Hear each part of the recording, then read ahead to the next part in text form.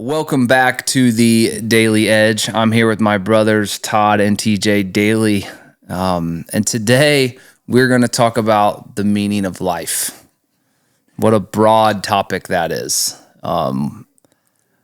We all take a slightly probably different approach to this and have some different context here.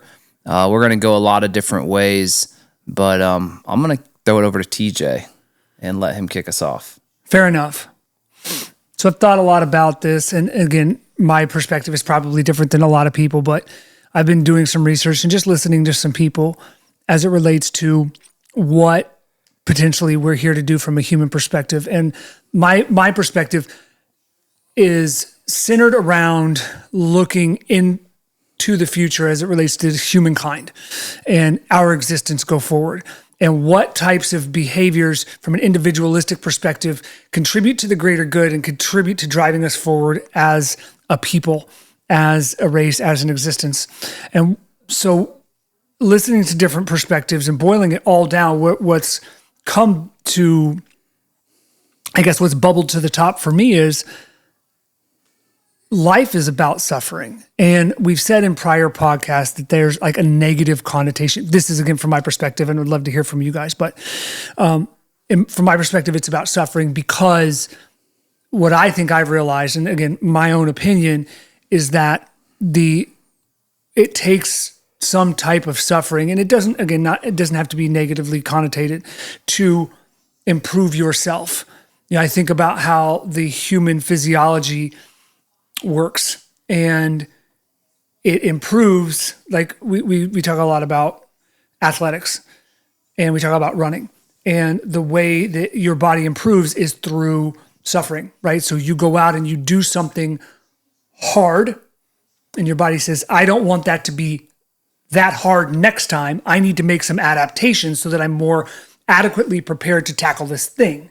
And then you continue to do that and you level up and you level up and you level up. And I see that we've spoken prior podcasts about areas that we failed, that we feel inefficient or insufficient for.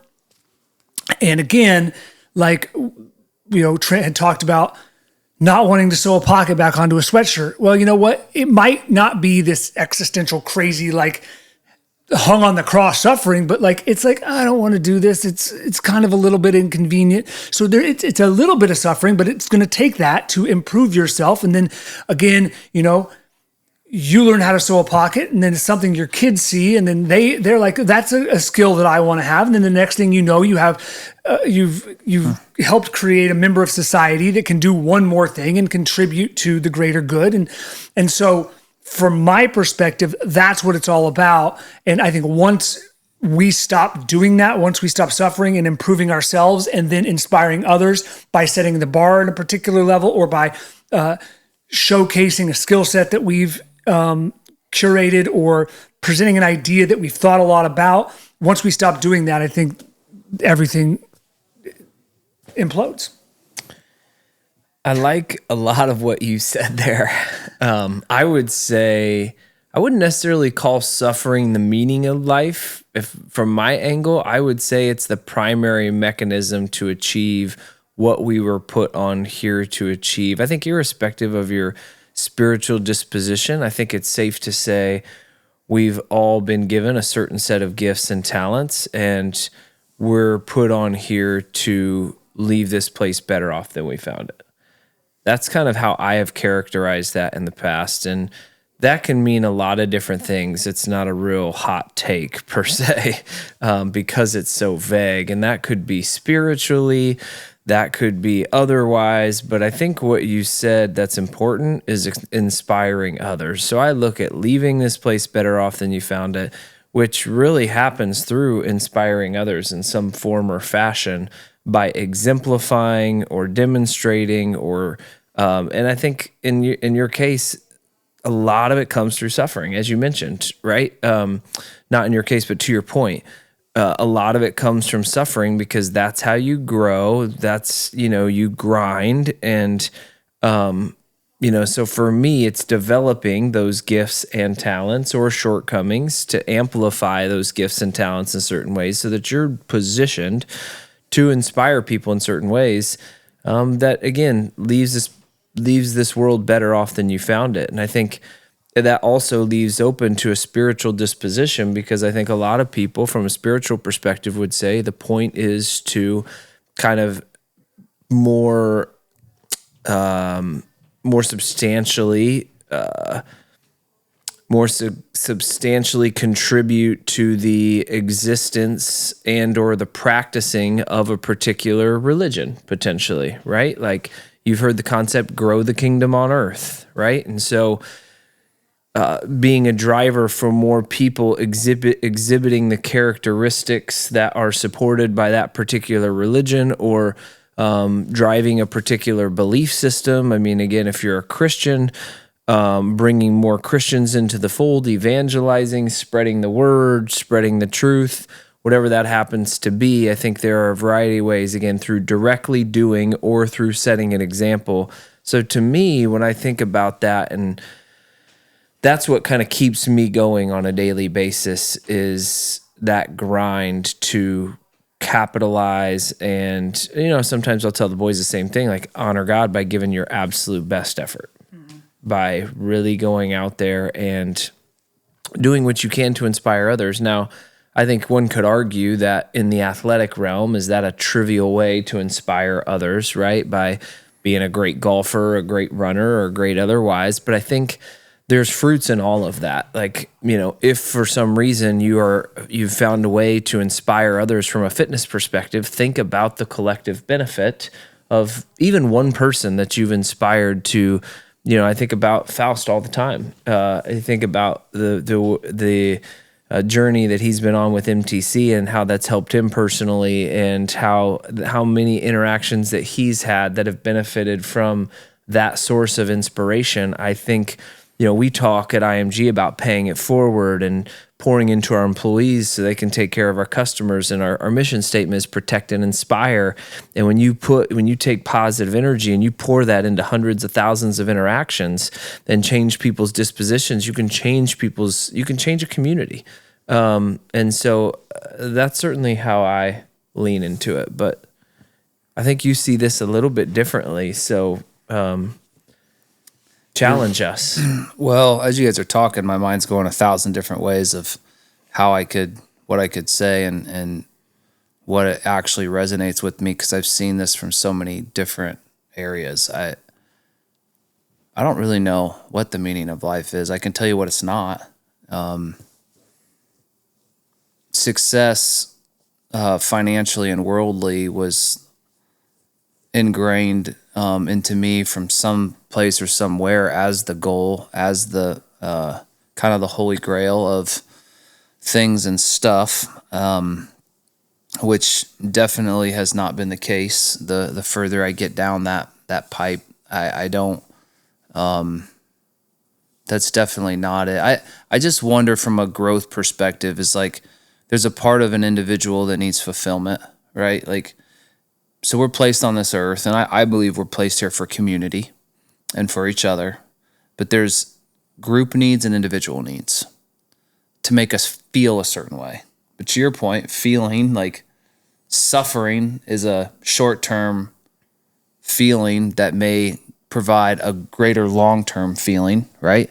Or maybe it's suffering the whole way, but we're trying to juggle back and forth to feel a certain way, whether that's feeling accomplished or whether that's feeling like I'm making progress, or whether that's, so individually we're all pursuing something.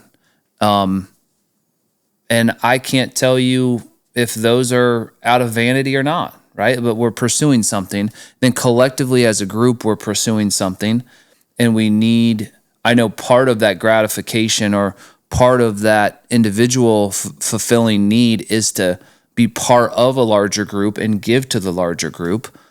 But yeah, it's a really fascinating question, because I struggle with the societal constructs that we've built around, and we were talking about this in a prior episode, of where, like, if you're in a community or an area where it's all about the work, it's work, and the harder you work and the grind and the hustle and all that, but maybe that's not it. Like, maybe that isn't what I got a buddy, we talk about, like, He used to go home every single night and he used to pick weeds.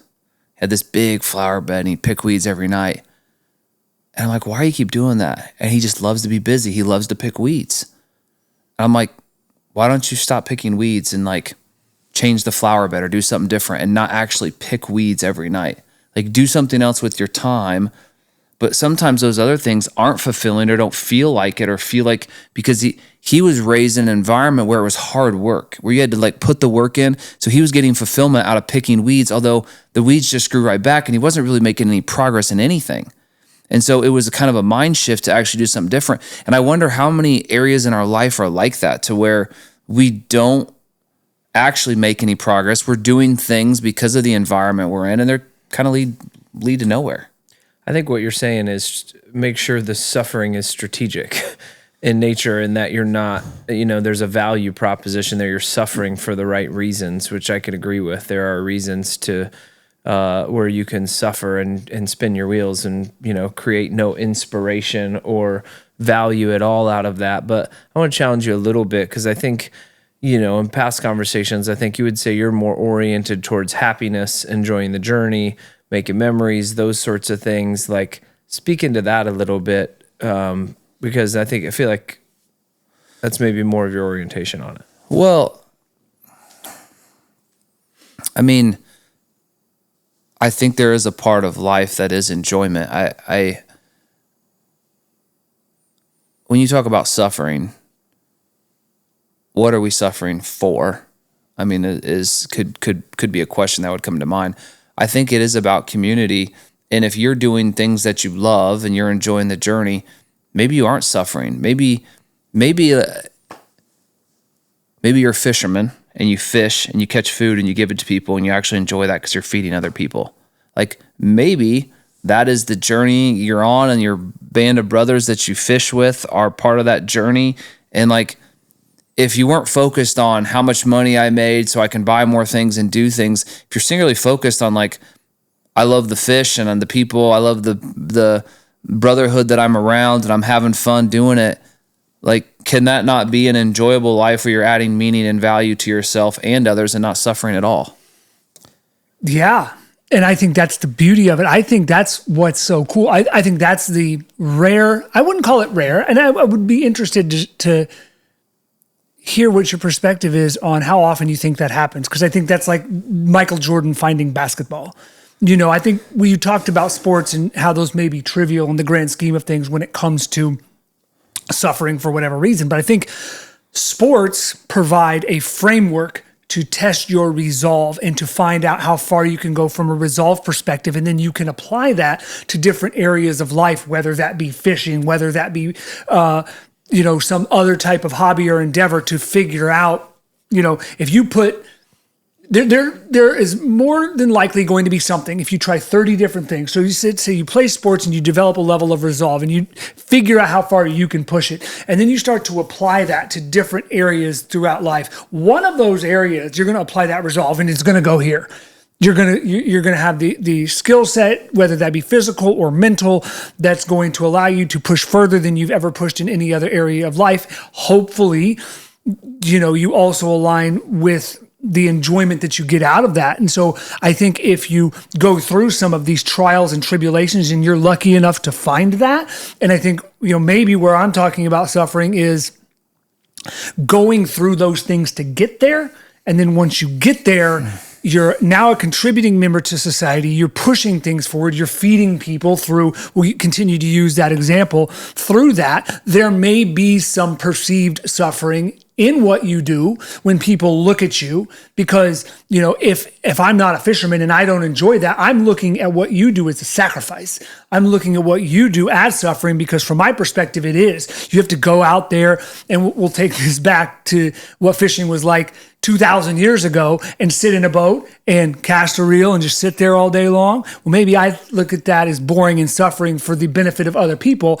And so then I'm inspired to go, figure that out for myself. So I do think, I would say that, wouldn't it be nice if that was the grand design? If we were all put here for a reason, we just need to suffer enough to figure out what that is. And that's the perfect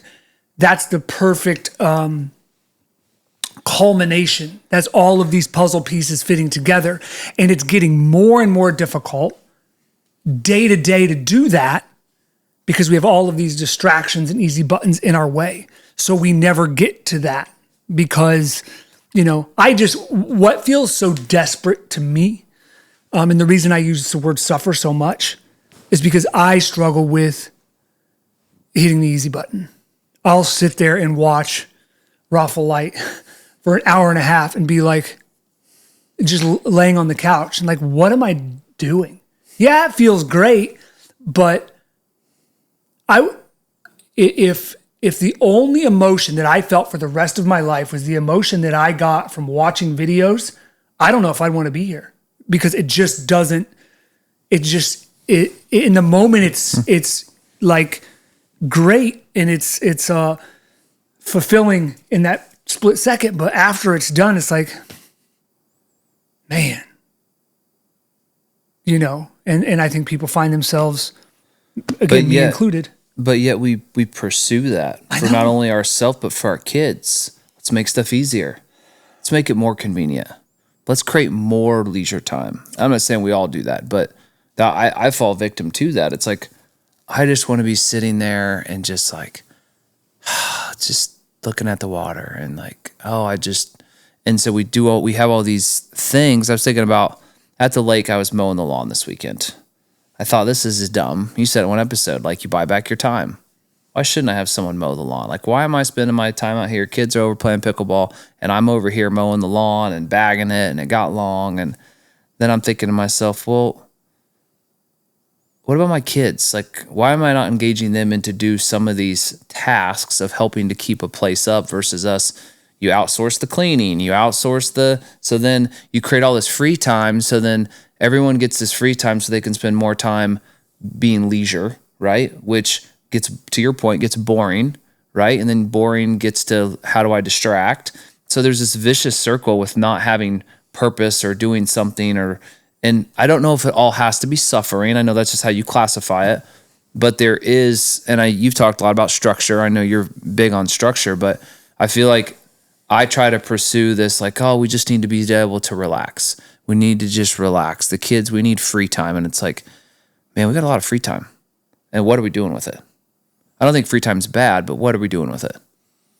Yeah, I'm just naturally oriented on the opposite end of the spectrum of, I feel like I'm maximizing. So even a fisher, I'm like, my mindset is maximizing. Even a fisher who's going out there in a boat, you don't go out and just throw a reel and you're just a good fisherman, right? Like, you've got to work at that craft. You got to know where to go, what bait to use, what fish you're trying to catch, how much of each fish you want to catch, like having the right equipment. And like, that is something that you have to suffer to excel in. Now, you can have somebody who goes out and catches, they found how to catch fish this big and they're satisfied in that. And they go out and just have fun and catch fish this big and they can feed 2 instead of 200 because they're not willing to suffer and maximize. Like, this is, I think about this a lot. And I think we probably covered this in prior episodes, but we have, due to some life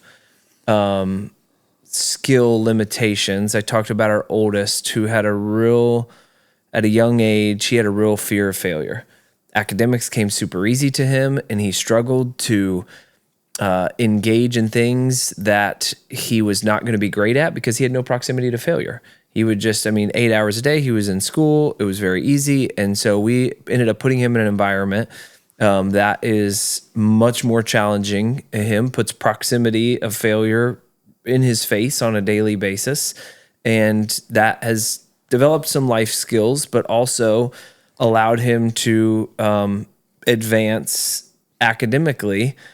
And there have been times where I've looked at the tuition for the school and wondered, what am I doing? Like, it is a very substantial expense. And part of me comes back to the reason we haven't necessarily pulled the plug on that is I feel like a part of me is investing in them maximizing their potential.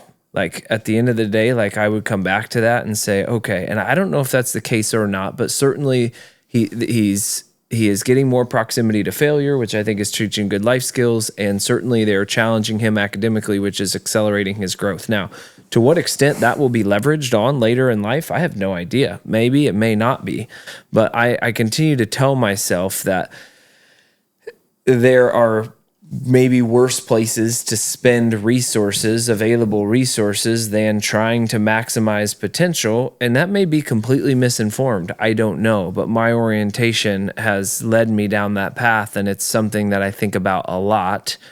And why, again, I think why I'm continuing to entertain it is under the hope, and or you might call it an illusion, that it's maybe helping to maximize his gifts. Isn't it interesting that the things that probably generate, maybe it's not interesting, but the things that generate the most tangible life skills for the people that are facilitating those experiences are the most painful? There was a comment that was made, it was a Jordan Peterson thing, and it just sticks with me because he was talking about us helping our children identify monsters, metaphorically speaking. For a parent, it's probably less painful. Well, no, we can all align. It's less painful to helicopter your kids and to not let them get exposed to anything and to keep them safe than it is to not, to let them venture out. And when he's saying that metaphorically, he's meaning like, our kids need to think of it this way. Think of, we'll call them bad people. Think of child molestation, serial killers, whatever. And he's saying it is our duty as parents to put our children in a position to recognize that. Whether that's teaching them, it doesn't need to be that in a literal sense, but even that in a figurative sense. You know, we at this age, and there was a point in time in our lives where and maybe it's an extra sense, where you engage with somebody and something turns on where you're approaching it with a little bit more care. Because, you know, when we were younger, again, we've said this numerous times on podcasts, we were lucky to be exposed to all different walks of life and to understand how to translate that and engage in that in a way that kept us, you know, let's just say we were never placed in a position where we were naive about things. We kind of understood. Our parents weren't like exposing us, you know, to the deepest, darkest depths, but we were exposed enough to understand. The first time, I may have mentioned this to you guys, I remember I was a sophomore in high school and there was a house party, and I was hanging out with a particular group of people at the time, and I remember going to use the restroom, and there was a girl in there who was tied off and knotted out. And like, it didn't freak me out. Like, I knew what that was, and like, that's not for me, but like, I wasn't curious because we'd had some of those conversations. So I know I went kind of down a path there, but it's like, from a parental perspective, you talked about mowing the lawn, and so an area that we find ourselves struggling is it's just easier to clean the damn house yourself than it is to like beat into your kids, come on. And again, I hate to say this, but it's true. Our mom cleaned the house for us. They never made us do it. And She did teach us how to clean a toilet, and we did have to go collect trash on Wednesdays. Those were the two things I remember. But she taught us. But again, for her, especially because she was home when we were kids, like really young, especially you and I, she did it. And so fast forward 40 years, I still struggle with that. And I see Tara doing it for our kids as well. Because like you said, we want to make it easier for them. So instead of suffering and going through the pain of, and some parents, and I'm sure people listening, are really, really good at that. Like their kids are just dialed from a young age because they're willing to go through that heartache and that suffering and that pain to get them to that particular area in life. And then I think if you do, and we've done some of this in sports with our kids, you start to see you're building a member of society, you're contributing to a member of society in a way that helps them build confidence, that makes them a better community contributor go forward. But it's tough to get there sometimes. So I know, again, going off on that tangent a little bit, but when I talk about suffering, I want to say that, there are those instances where the easier thing to do would be to do it yourself or to protect the person. And it just, in my opinion, doesn't contribute to the greater good. What's a life well lived? You know what I mean? Like think about, I'd like to do these postmortems where you're 85, 90, 95. Heck, by the time we get there, maybe we'll be in the hundreds. They say that health advancements are accelerating at a rapid pace. But when you're looking back on your life, you're on your deathbed, and you can say, man, that was a really good life. That was a life well lived. And then you fill in the blank. I just wonder what that would be. What would give us the most fulfillment, satisfaction at the end of our lives that we, whatever, whether it's accomplishments, whether it's certain ways of parenting, whether it's some amount of inspiration or kind of what we left. I just wonder what that would be. Oh, I would say that being able to look back and say that for the majority of your life, you gave it your all. One of the things I was thinking about the other day that I thought was unique, I was thinking about collectors, right? And you think about basketball cards or whatever, memorabilia in general. And there is a particular type of person that is a collector. Like I've known a couple in my life that just are meticulous about collecting things and having all these pieces to the puzzle. And I'm like, that's at the outset to a lot of people, that seems frivolous. Like, what are you doing? But then I'm like, that's kind of cool. It's kind of like a librarian for pop culture. They're essentially organizing and meticulously cataloging things that are representations of and or items that were involved in inspiring events throughout history. So somebody could have Babe Ruth's signed bat, and to some people that may look like, but when you as a consumer, or you as another collector, or you as a fan of that sport, get to hear the story around said item that's been cataloged, similar to a book in a library that may contain a wealth of information or insights into a specific approach to life, like that the way you've cataloged that item tells a particular story that may inspire somebody to go forward. So when I say a life well lived is like putting all of your effort into something that you believe drives forward humanity, it can be something like that. Like I love to collect stuff and I was meticulous and I did this and this was the result of that. I just can't imagine, and again, this is a massive fear of mine, laying in bed and saying, dang, dude, I watched 100 hours of this YouTuber and... I think for me, it'd be kind of two things. One is that my kids embody the same values that I feel are important, that my kids are, and that my kids want to spend time with me, right? So that me and Angel raised those kids to where they have purpose and meaning and they still enjoy and want to spend time. And talk about that one more. Expound on that. Yeah. Why is that important to you? I just think it's a reflection of where, I guess for me, spending time there and seeing my kids reach a level of fulfillment or passion that I've been able to experience in my life and to know what that feels like, I think, for them. And that's not a sense of accomplishment as much as it just really is finding kind of their way. To see your kids find their way, whatever that way is, and to grow and mature and figure that out, I think would bring me great joy. And if I look back on that when I'm 85, to see my kids find their own path and confidently live into who God's called them to be would be meaningful for me. Do you think anything around your own contributions that you feel like would be more or less fulfilling outside of parenting? Yeah, so that's part two. Part two for me would just be that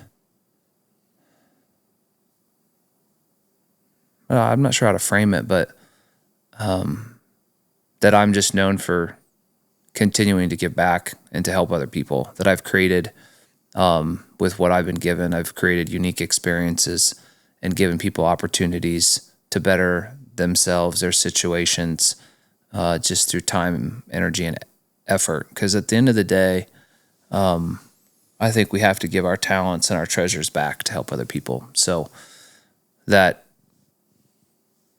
I was part of a community and I played the role that I was supposed to play in that community.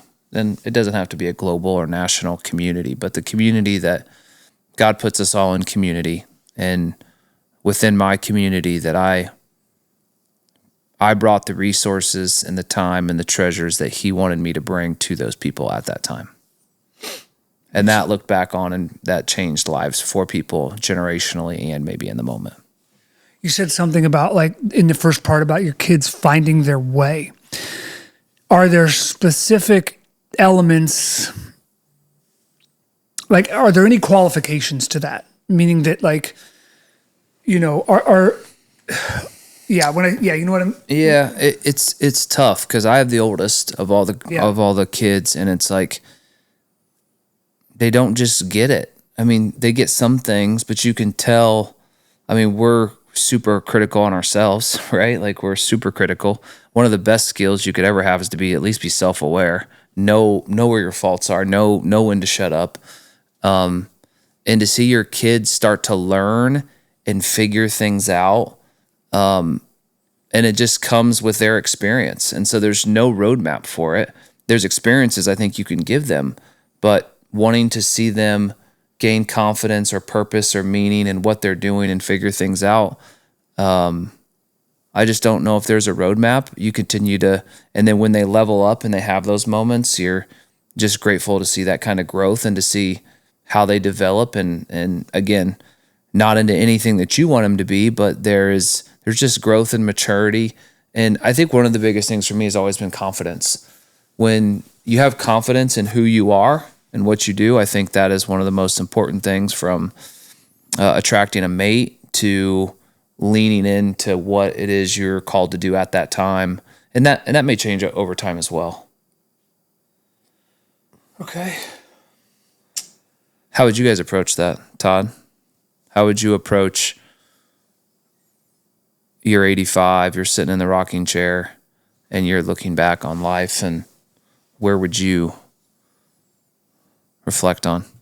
I think similar to what TJ said, I think it would be effort-based, that I left it all out in the field in a sense, and I did my best to not just blindly pick weeds, to your point earlier, but to discern where I could best be utilized and deploy myself in that fashion to the best of my ability. And, you know, I know I'm not going to get it right 100% if there is a specific exact path I was to follow, but I think it's the effort that gives me the peace of mind. I think about, even just in general, like, operating on a daily basis, some of this is peace of mind on your deathbed, but I think, from a mental health perspective, some of the times where I have the best peace of mind is right after I've put forth a substantial amount of effort into something.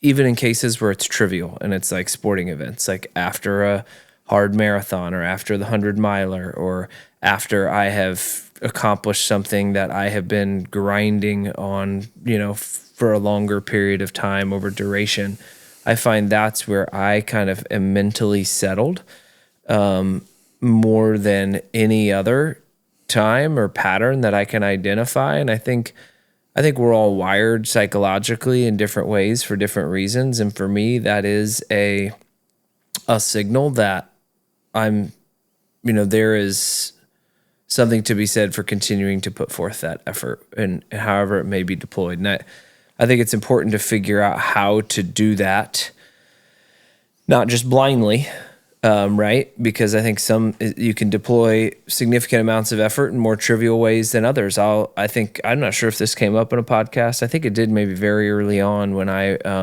I had an iPod Touch, and I downloaded. I was playing some games, and I got to number one in the world in this game on this iPod Touch, and I played it probably give or take 8 hours a day. Like it was one of those where like you waited for the things to like kind of grow, and then you harvested them. So it was like every 30 minutes I would pop it up, play it for 2 minutes, during the workday, and then when I got home, I would just play it. And I mean, you could argue that I've deployed a significant amount of effort and achieved a certain level, but I would say that that's one of those things, maybe more, at least in my current disposition, is more trivial in nature. Now, maybe for some, achieving high levels of success in video games, there can be positives associated with that, can be inspirational, that inspire others to, jump in and develop their hand-eye coordination or find different ways to build community. You never know what's going to come out of certain things. So I try not to define it. That's a really good point.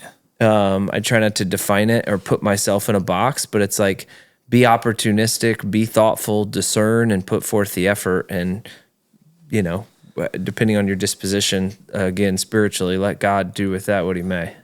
Two things. First, shout out Marion Giants esports team won a state championship in Smash Brothers. I just saw that on social media. Wow. To your point, you never know where it's going to go. But something interesting, you talk about the one percenters, right? And society will tell you that's the dream, and they're defining the one percenters as a financial 1%. I haven't heard anybody, either of you and myself included, talk about that as defining us or defining the meaning of life. Why do you think as a society we have it so wrong? Why is there so much emphasis and focus on the 1%? And why do we look at it just through the lens of finances? What are we missing?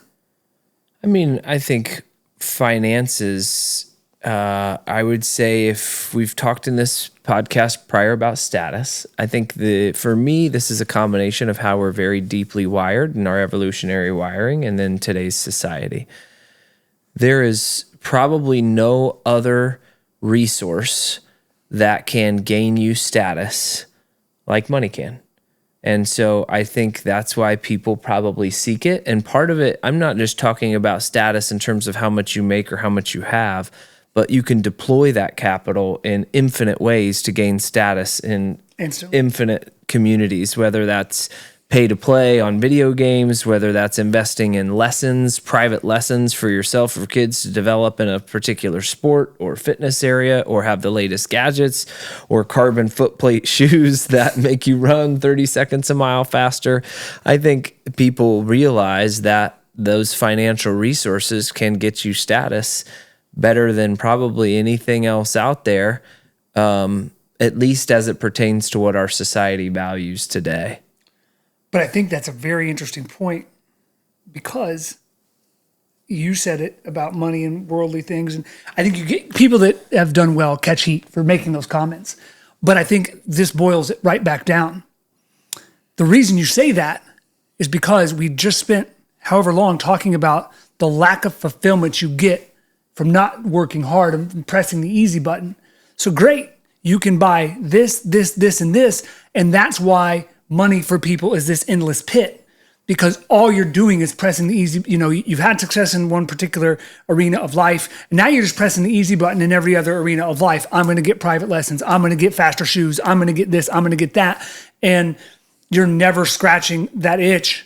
You're never, and so I think it's sad, frankly, that that's the one area that we choose to use to define the 1% and the 99%, because I think if you used it in areas of life or if we recognized it in areas of life that required more of an effort to achieve that level, I think we'd see a lot happier people.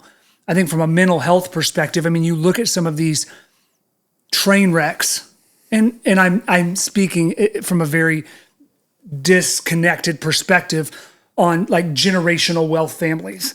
And you see towards the end of that generational wealth, things get really, really ugly, because you have 3 or 4 generations who have never done anything and they're so unfulfilled. And then drugs seep into and I'm not judging anybody. I just think you see this at a high level, when you see elite schools, a lot of times you'll see problems with mental health because, again, you said it, man. Like, I don't know when you guys recognize this. I know I probably did over the last couple of years.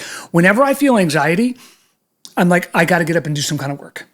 Like, that's how I deal with it. Like, I got to get up and work on reports for work. I've got to send this email. I've got to do these things. And that's what alleviates it, is putting forth the effort in those. I cannot imagine being in a situation where you don't even know how, in your 20s or 30s, where you can't even begin to know how to start that process because you've never been exposed to it. So, I think as a society, it would behoove us to start identifying, in rewarding the top 1% in certain things, because like you said, you never know where it's going to go. Like with the esports team, I know you have a son who plays a lot of Destiny 2. Somebody with no self-confidence could come over to the house and they could see what he's accomplished in Destiny 2, and they could be just getting into video games, and that could be like, oh wow, like that's something to shoot for. And they could see that, and that would inspire them to start in video games, and then that builds their self-confidence, and then that opens them up to the world. So, playing video games and being in the top 1% of Destiny 2 doesn't necessarily make you make your efforts futile. And I think it's something to recognize and celebrate. So that would be my perspective on that. Yay. It's really fascinating because I think you talk about generational wealth, and one of the things is hard times make hard men, right? You guys have heard this quote, and easy times make weak men. And say you worked hard your whole life to achieve, and you grinded, and then you so-called made it, right? You said, I'm going to sell my company for $50 million. And now I'm just playing drums with the easy buttons, right? I think one of the hardest things for people that do find financial success is still living like you don't have it.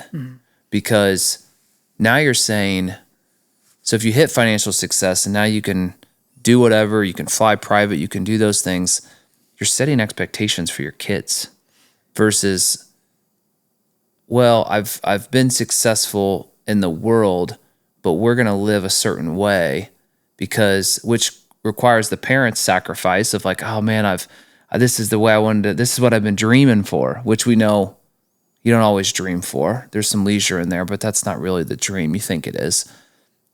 That's got to be hard for people to navigate that have been successful. What are your guys' thoughts on that? I mean, I think it's very hard I think if you were the one to earn that money, it's a lot easier because those habits are instilled in you.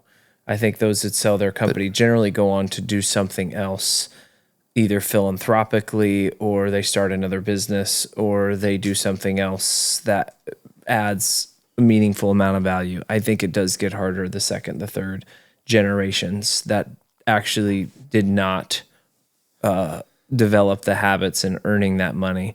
That's where I think it gets. But that starts when the parents, the first generations, changes their lifestyle. Sure, absolutely. I think that sets the tone for second. Well, yeah, I mean, like third, because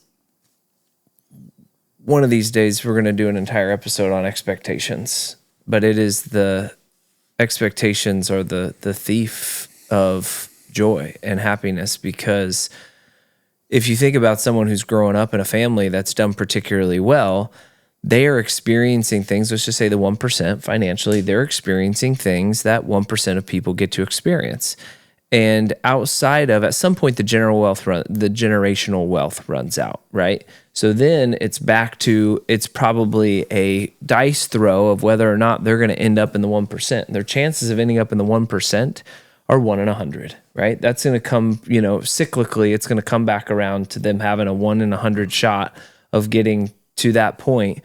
And if they have been living in a world of the convenience and resources that is only afforded to the 1%, and then they don't land in that 1%, that makes for a pretty dark experience, at least for an extended period of time. If you're used to a certain standard of living and you have to unwind that, I think that's the disservice that I worry that I'm doing to my kids. And we all, and that's not like, when I say that, it's not that we're like lavishly spending money, but it's like, even the where you live and the conveniences that are afforded to you, even for the average American relative to, and I think obviously it's safer here in America that you're going to land, somewhere in a decent standard of living relative to third world countries or what life was like a couple hundred years ago.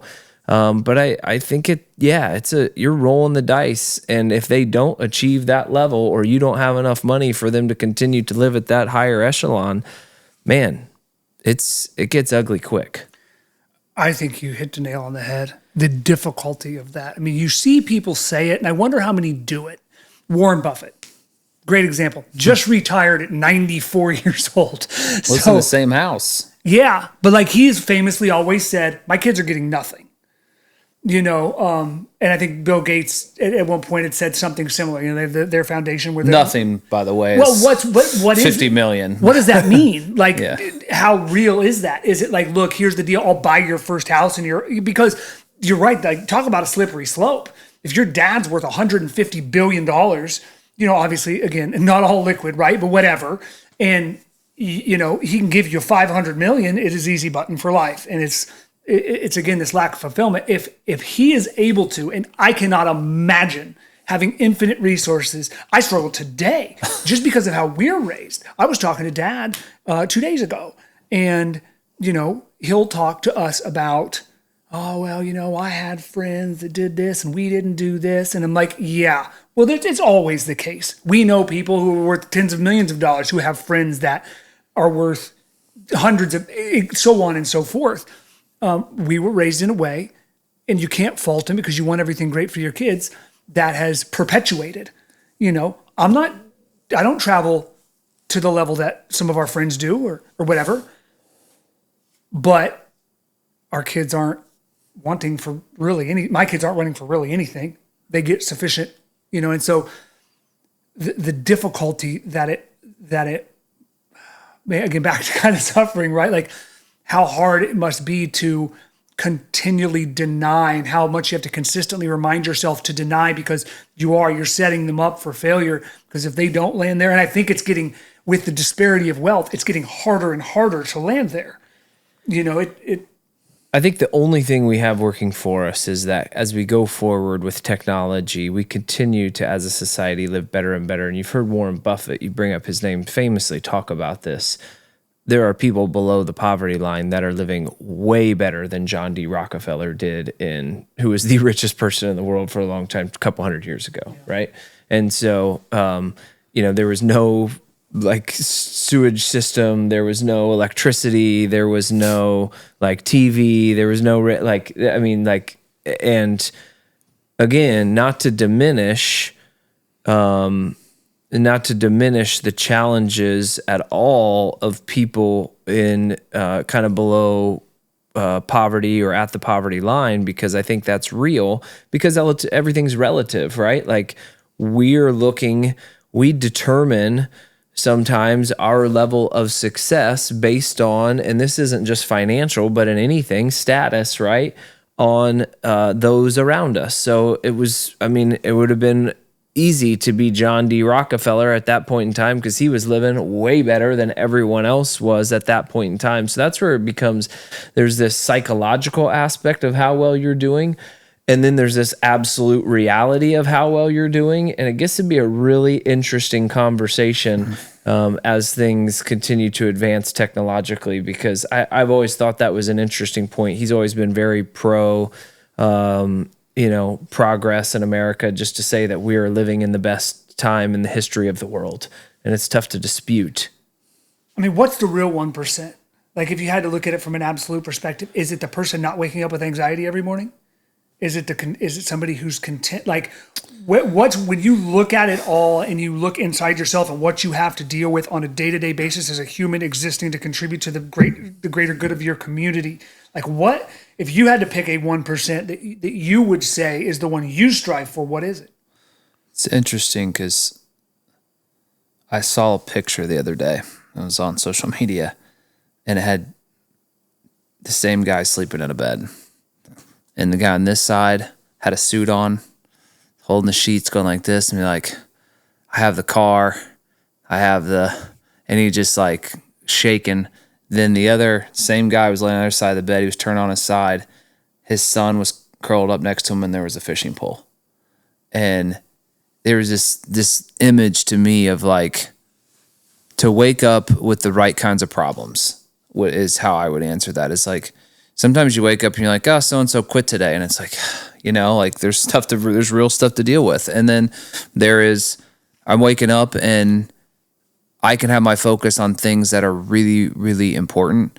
And I'm not saying that that's always not work, but I think the quality of your problems and where your problems lie could be a really good indicator of that. I've heard the saying, the quality of your life is not what you have, but how you feel. So I would agree that I think there's some element of those people with the best quality of life are those who have a peace of mind, who can maintain a peace of mind towards whatever disposition or profile they're seeking. That they have a level of comfort and calmness, that they are pursuing their desires to the extent that they feel is right deep down. I think it's a very unique place to be. I mean, the grass is always greener on the other side. So I think for me, just kind of being able to walk through life with that peace of mind and that methodicalness of kind of attacking whatever I wanted to accomplish or become would be awesome. Picture this. Say you have $1 million in the bank. Does that change your peace of mind and the way you approach your day to day? Expenses don't change. Nothing else changes. Are you doing what you're doing? Are you going to bed, waking up, no matter like, is there freedom in that? Like, what do you guys think? Yes, to a point, but again, I don't think it solves the main problem, which is for me fulfillment. Is that another mechanism to help potentially reduce the anxiety that one would have if they do? Yes. I don't think you can deny that. And that's always the point of contention, is that it's like, oh, I've said it 100 times. Oh, it's easy to point fingers or say that when you have money. Of course. But so does it contribute to less anxiety? Yes, but should it? I'm not so sure, because I guess it would depend on where you're at in so many other aspects of life. If you have $1 million and you live in a third world country, you may not even be able to spend that. I don't know, right? Like in terms of, and my point being is, unless it greatly affects your day to day, like where we live and what it costs to live in America in the county we live in Indiana, which is, if I had $1 million and I was living in Manhattan, wouldn't do a thing for me, because, it would help me pay the bills for 6 months. Or for a year or two. But yeah, I mean, again, if I were doing things the right way, which I've admitted I'm not, if I was not giving my kids everything or close to or 80% of what they wanted, if I was focused on a different type of 1% versus the 1% that I tend to get caught up in too,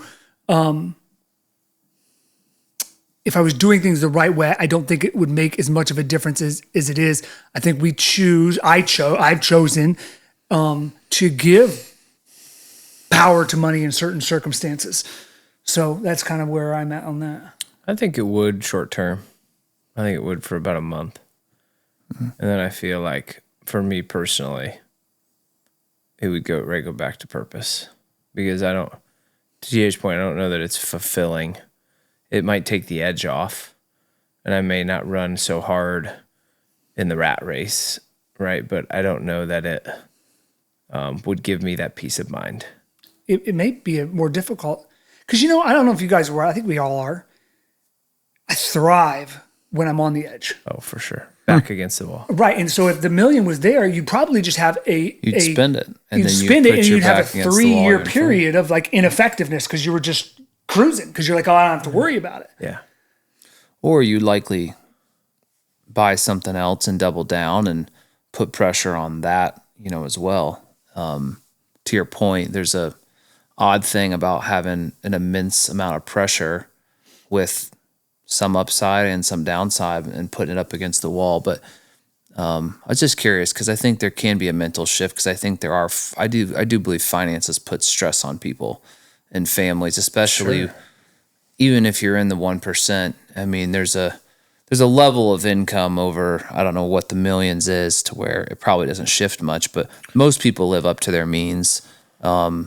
In most families, even people making up to $500,000 a year, I see them live right up to their means. And so there is a level of pressure there, and you get more, and then you either get the bigger house or the nicer car or the second house, and you continue to parlay this life of convenience.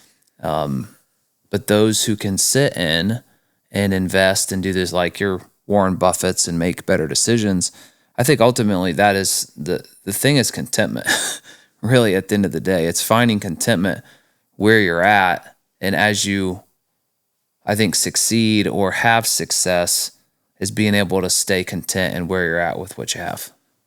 I think that, I'm talking out of both sides of my mouth here, but I believe that will give you more fulfillment and less anxiousness. But the other side, if you get back on that edge and you're successful there, there's that, you're fulfilling that progress chart and that growth chart. And so I think they provide different things, but I think it's, you gotta find a way. And this is what we were just talking about, this virtual impossible line to walk, is being content without complacent.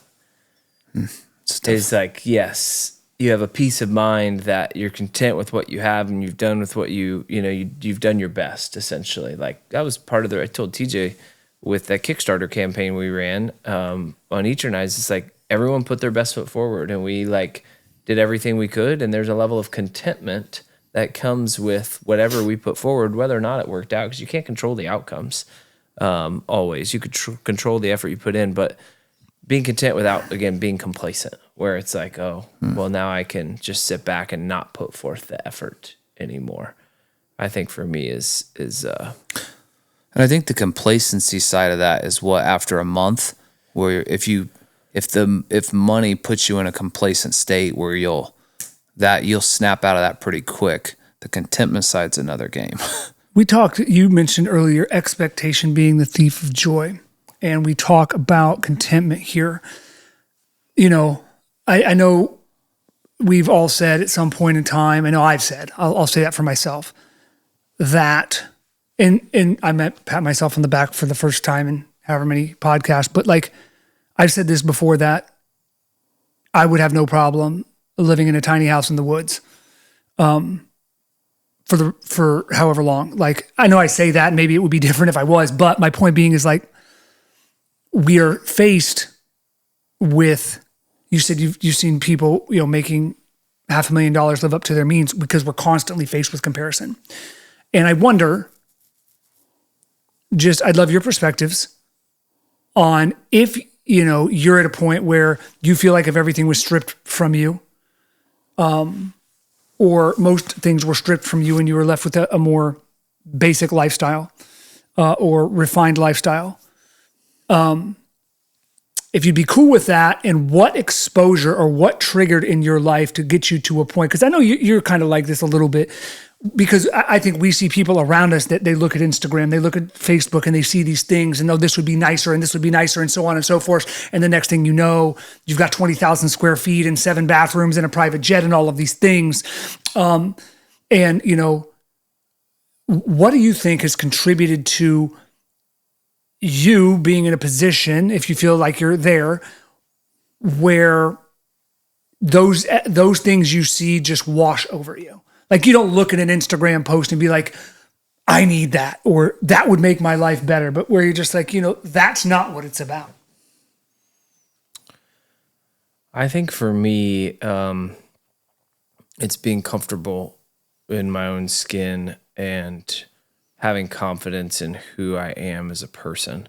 I honestly think this kind of started way back in high school when, you kind of took a pretty hard stance on alcohol.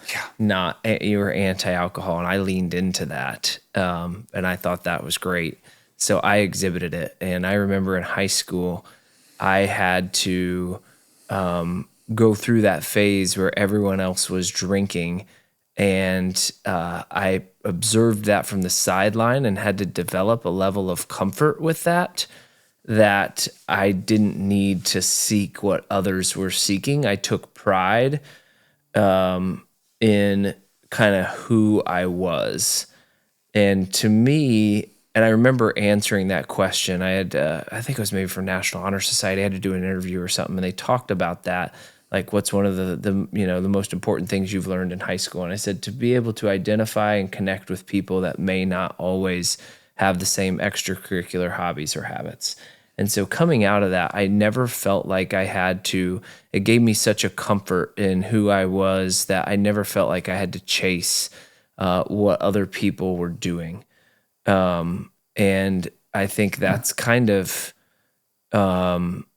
just bled into all areas of my life. I don't feel like I've ever had to keep up with the Joneses or identify myself in a way through financial resources. And that may seem really bizarre in a sense for some that are more distant to me. But I don't know, that is probably where my level of comfort came from. And I think the other thing I would probably draw on is probably through the running journey, especially, there's been enough suffering and challenge. And I have learned to not, I guess, fear what that would look like. It just doesn't give me any pause. I had to learn the hard way. I grew up with friends, close friends that came from families that all had more and did more than what I did. I mean, they all had lake houses. They were always going to do things. And I probably developed a little bit of an inferiority of like wanting and desiring those things, similar to Dad with the country club, not being able to be a part of one when he was younger. And I always wanted, middle child and sales, I was always trying to fit in. I was trying to do the things that would fit me into groups. And I wanted to be liked, and I would do whatever it took to be liked. And I think even as an adult, it took me having to go through the pain of having those things and doing those things for the wrong reasons to come out and realize that that's not what I want. And some people figure it out without having to experience it. And I chased the tail for a long time, searching for that acceptance. Or, man, if I just have that, then people will like me better, or then people will want to spend time with me. And I think through a good part of my career, I was still trying to identify the more I had, the more people would want to hang out with me and they would like me better. It's only been the last couple of years where I realized that that isn't the case. And almost the contrary, the things and the stuff and creates so much more headaches in your life. And there's always something broken in my life if you have enough toys. So yeah, I didn't learn the easy way. I've gone down the path of having to buy the things and the stuff and thinking that was going to bring me more joy and fulfillment, and time again, it definitely hasn't. Now, what I will say is when I repurpose that and shift that and I do some of those things, but I do it with a different purpose, it does change it for me. So where like the lake house was a family focused memory based thing, that has been a different approach. That wasn't out of, keeping up with anybody. That was like a family dream and goal. And as we're settling into our second season there, man, are we excited. Like we were all out playing pickleball all weekend. And so there's a different meaning behind that, which has really shaped it. But I spent my whole life chasing stuff. It would be interesting to unpack a little bit, because that kind of hits where, as you acquired things prior to your shift in perspective, I can only imagine that, with the way you're viewing the lake house now and the foundation of that being the family experiences and utilizing it to bring joy to others in the extended family or whatever, probably leaves you feeling more satisfied than. I'd be interested, you see this at the celebrity level even, and we've all maybe experienced this at some point in times because we've held different positions in different businesses, but do you ever find yourself questioning relationships, because you knew you had things? Like I think back to, I'm sorry, but I think back to when we were kids, and I think of like Anthony. Or you think of the kid whose parents built the pool because the kid didn't have any friends and now all the friends are. So like, I'd be interested if you ever found yourself as an adult, like wondering, like, would I be getting the feedback that I'm getting or the input I'm getting, or would I have some of these people or maybe you've seen these relationships fizzle as you've shifted, away from certain things. Like, I think relationships fizzle anyways. I will tell you that there is a level of relationship that sees your success and wants to emulate it and wants to be around it. And that some of it's a genuine want to be around and just to learn and to ask questions, and which I love, like a mentorship, and some is, it's like the fascination. And I'm like, someone asked me the other day, is like, how do you continue to have so much success, but still remain humble? And I said, it just depends what you value. Like if I value what everyone thinks and the world says I'm great and everything, like I'm valuing the wrong stuff. It's like, if you're centered in, your faith in Jesus Christ and who he called you to be, it's just, what do you look at? If you look at yourself as a 1%er and you say, well, that's what success looks like, then you're going to start thinking a lot of yourself. If you don't really care about that, then you don't. So, I will say that over time, I do believe your career and you start to choose your friends, but more of mine has been just based on my obviously family. We have a tight-knit family, which is great, but my brotherhood, where we're doing praying on offense, and just the people, I've gotten fewer friends and really deeper relationships. But there is some of the noise there. Like, I want to be associated because of this and that. But I don't deal with a ton of that now, just because I've kind of honed my circle into those around to. I don't know. I mean, there are times that I find myself wondering how to get out of it, right? Like how to unwind it, how to go from a place like we all graduated. You were making $40,000 a year coming out of school. I was making 50. I made 65 with no college. You made 65. But my point is, like, at that point in time, we had everything we wanted. And there've been actually some studies now. I think it was back around that time. They did some studies in the UK that your happiness tapers off at like 60,000. I'm sure now it's maybe 120 or something, that your happiness beyond that doesn't necessarily continue to correlate once you have your basic needs met. But I find myself thinking about what I lived on. Of course, you have family and some of that multiplies, but it's not proportional at all, like to what the standard of living is now. And I find myself like, are there ways to chip away backwards at this? Like, and how do you even start that process? And is there a way to go back to a place where you're setting better expectations for your kids? You're embracing a little more of the suffering. Like, is there a way to reverse the trend? I don't know. I think in some instances, but that just made me think of, like, I feel like society has gotten creative as it relates on how to monetize the things that make our children better people. You spoke of tuition earlier. We talk all the time about sports, and at a particular level.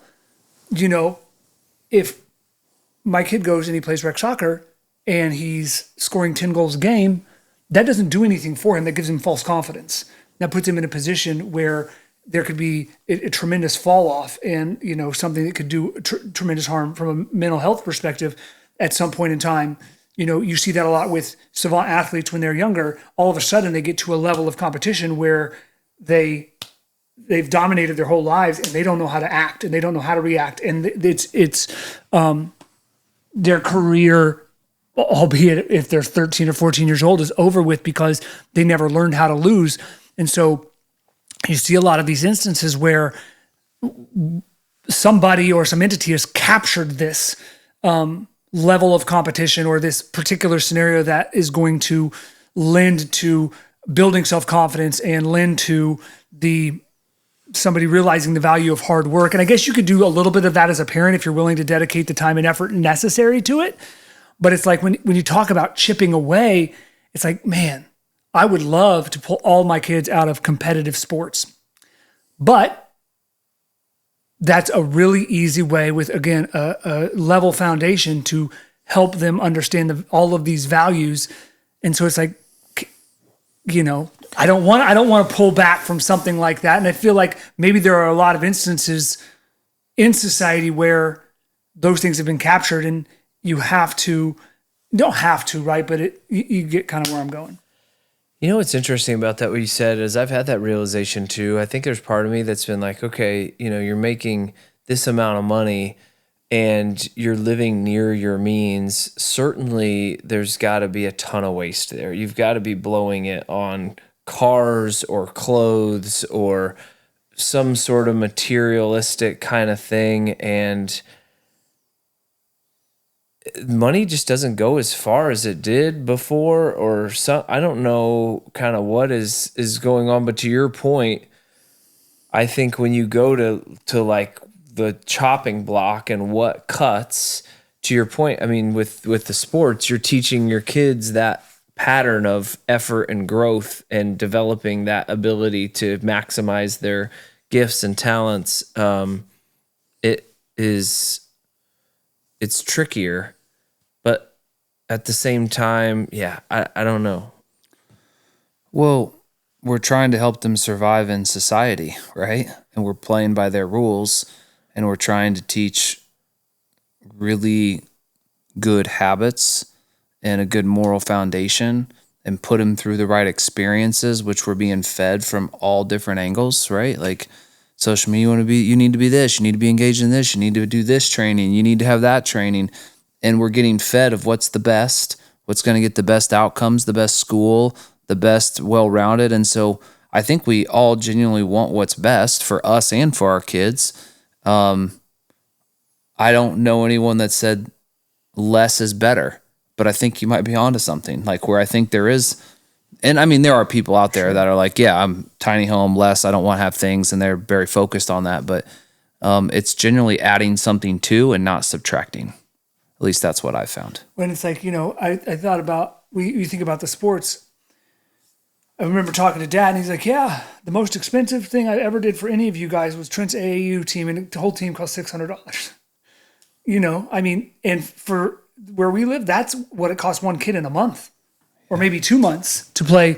And so stupid. It's ridiculous. And so, there are so many people out there, I am sure, it's probably hilarious to listen to us talk about this, that, kids right now are playing rec soccer or playing at the boys club or playing at the YMCA or whatever, and they're getting a fantastic exposure. I don't think there's anything wrong with that. I think maybe it's when I said it's monetized and marketed in a way, we're so good at marketing as a just a collective, and now there's so many ways to do it. So maybe I was saying earlier, I don't get caught up necessarily in the home thing or get caught up in some of these other aspects of life, but maybe I have gotten caught up in the sports thing because, for whatever reason, I believe like this is the only path that's going to, and it's probably not true. It's more than likely not true. So again, back to less is more, then it becomes, I don't know, this never ending puzzle where you're trying to deliver more brain time towards developing a plan to help the people around you build that self-confidence and better themselves. Like, I think, I look at some of these sports experiences, and one of the negatives is there's not a lot of exposure to just a diverse group of people from different walks of life. They're all from the same walks of life. And again, we talk about identifying monsters earlier, like that doesn't, and I want to talk this in a different sense, but like this doesn't help you appreciate other lifestyles or values that other people have. And I think that's important, is getting exposed to enough sets of values and having enough experiences. And I know you've been big on experiences over the years, that you can develop a good moral compass and you can put value into, like, I'm so sad for people. Buddy of mine, you guys know Eric Riddle. I remember when we were working together, this has been 10 or 12 years ago, one thing that he does with his family is he goes and visits national parks. And I think at the time I probably felt like that was, I remember a guy that I used to work with bought me a yearly pass to the national parks, like free admission to all the national parks for a year. And I used it once. And it's like, looking back, man, I would love, and now looking forward, I'd love for my kids to experience some of that stuff. Like you guys have done Zion, and you guys have done Yellowstone. I would love for them to see that so they can appreciate that and they can work that into their greater sense of value versus, we can go so deep nowadays with certain areas of life that you could have just this sliver and you could spend your whole life focused on just this thing and never get to the bottom of it. And all of your values and morals would be centered around that one thing. And I think, making sure that they're exposed to as much as possible is really important. Well, I think it's just going to be interesting. What I was going to kind of say as we wrap this up is this is going to be really important as we go forward. This is going to be it's going to be a huge challenge as AI and robots and things play more of a role in society. It is going to be really interesting if there is a universal basic income and people are just paid to sit because there's robots doing the work, and it's going to be really interesting to maintain perspective on meaning of life and orientation, because I think in the absence of some of that strategic thought, there are going to be a lot of deep wells that people can fall into, and you're going to have a hard time getting out of them. Yeah, this is a tough one to balance. I don't like when we look at the summer, to your point, summer has become, especially when you get to high school, you're playing sports all summer long, training. You better like be. That's one of the challenges. Like Yeah. We go to the lake to create experiences. So the lake would be leisurely most of the time, which is just as bad, to be honest. Or no, you got to stay in town because we have practices Monday through Thursday, and you're here training all the time. And those are decisions that you have to make, and what do you value more, and how do you kind of lean into it? And I know that's been a problem for us because, well, we want them to have those trainings and those experiences and not fall behind. But to your point, are they getting to go to different places and experience different things? And what do you value? And then what's really the outcome, and how do they? So I think there's a lot that goes into how we've trained ourselves and how we're training our kids to what to value most. I mean, what's really important, right? You talk about community, and it's tough once you engage in some of these things. Like Hadley's been playing with her soccer team for a number of years now. 5 years. And if all in 5 years, and this is her family, these are her friends, these are the people she's around, and then all of a sudden, if it's like, we want to focus on family memories, we're going to spend all summer at the lakes, and we're not going to train, which I know you're not going to do, but like then all of a sudden you become that person who's just a little on the outside, and then if eventually that completely fades, then there could be some real soul searching because you've lost your entire community, and now, or if the child feels like they've lost, people are catching up, or they're not as good now because they weren't doing that. I mean, there's some psychological barriers, which may or may not be the case, but they'll attribute it to that. Yeah. It's dicey. Oh, wow. Holy cow. Well, we're probably no closer to giving you an answer of what the meaning of life is. As you can see, a lot of great discussion around purpose and just why we're here and what we're doing and how to live into who God's called us to be. But I appreciate the insight, and we'll see you guys next week. Thanks.